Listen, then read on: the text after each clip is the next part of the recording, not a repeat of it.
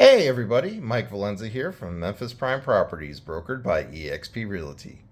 Today we're going to take a tour of our Verbo in Rome, Italy. This is a studio apartment located just down from the Colosseum, so very central location. It's located in an older building. As you can imagine, most of the buildings in Rome are old and made of stone brick. Apologies we didn't get to do this sooner, but we got in quite late last night, had just enough time to run around, find some food, and get to bed. So sorry that the bed has been used, but sleep was of the utmost importance last night. Being a studio apartment, every inch of space is important, so that is a Murphy bed, does fold up into the wall and becomes a couch. There were these very nice pillows neatly arranged on the couch. So sorry you didn't get to see that. It was quite lovely. Space-wise, for a studio apartment, it's quite large. There's a little back room back there, and the bathroom's over there. It's also one of the largest bathrooms we've seen so far. But it's arranged in a way that is very space conserving, and everything is utilized to the best that it can be. Not quite as huge as our apartment in Lisbon, but that's to be expected. That was a 2-bed there. Decoration-wise, much better than you would find in most Parisian apartments, which tend to be pretty bare bones, even if they have utensils and such and full kitchens.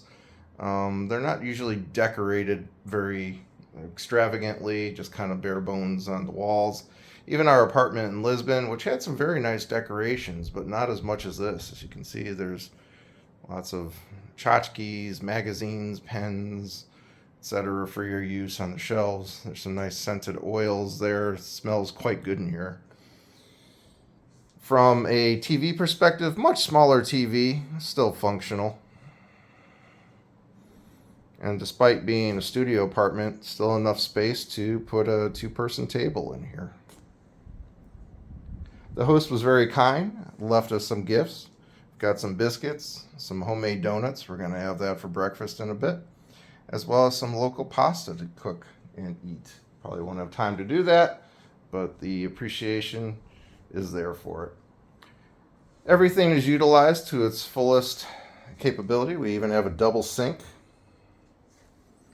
All space as well. This one's used for dishes and plates. As you notice, there's not a lot in here, right? It's just enough for your meal. You take them, you wash them, and you move on. No dishwasher here. But we do have a gas cooktop, which is kind of odd. Most of the places in Europe we've seen have been electric. This is heated with gas as well, with that split unit up there. Also source of our air conditioning. And a nice sized oven for baking. More pots, pans, etc. Decent amount of counter space. Get a good sized fridge, freezer. Much bigger than what you would find in most of Paris, but yet smaller than what we had in Lisbon. They even provided us with some fresh fruit and drinks, and a stocked pantry. Lots of teas and things to cook with and eat in there. They said, have at it. This is also probably what you would find in most of the typical apartments throughout Europe. It's not like the States where you have 5 shopping carts of food from Sam's and Costco on hand. You basically keep some supplies to cook with, and then you buy the rest as you go. Most of the corner stores around here, easily accessible by foot on the way home. You buy what you need, you take it home, and you use it.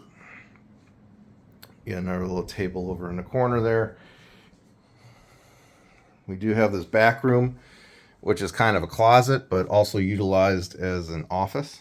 So we've got our spot to stick our clothes, some storage up here, a nice little desk if we wanted to work.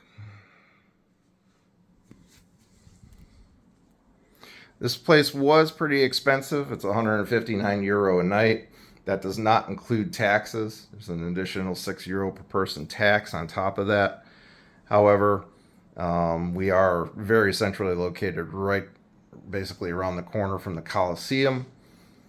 Major tourist destination spots, as well as we'll take a look later what the property values of Rome are and see how this is justified. I absolutely love the ceiling in here. Again, very old building. Solid wood up there.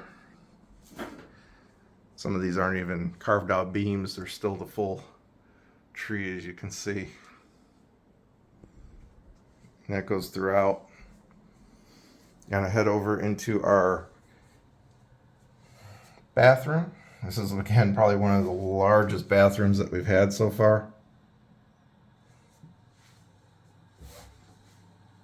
Even has a bidet in it. And what's nice about it, one of the largest showers in Paris and even Lisbon. The showers are quite small.